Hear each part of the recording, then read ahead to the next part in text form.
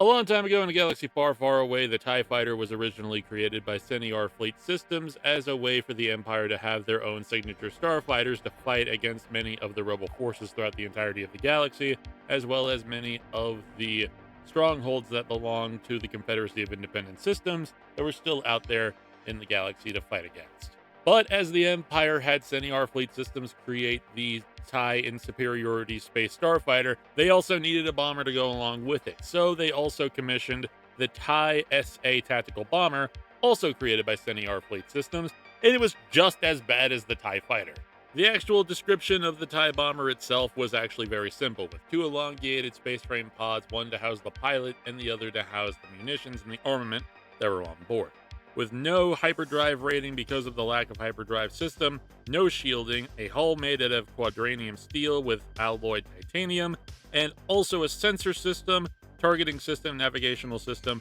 and a massive armament to boot. The ship also came with an ejector seat, a passenger pod configuration for 6 people, 1 pilot, 2 days of consumables, and actually 2 days of air because it actually had a life support system, assuming if you actually cared about the life support system staying on for long enough, because it really did not.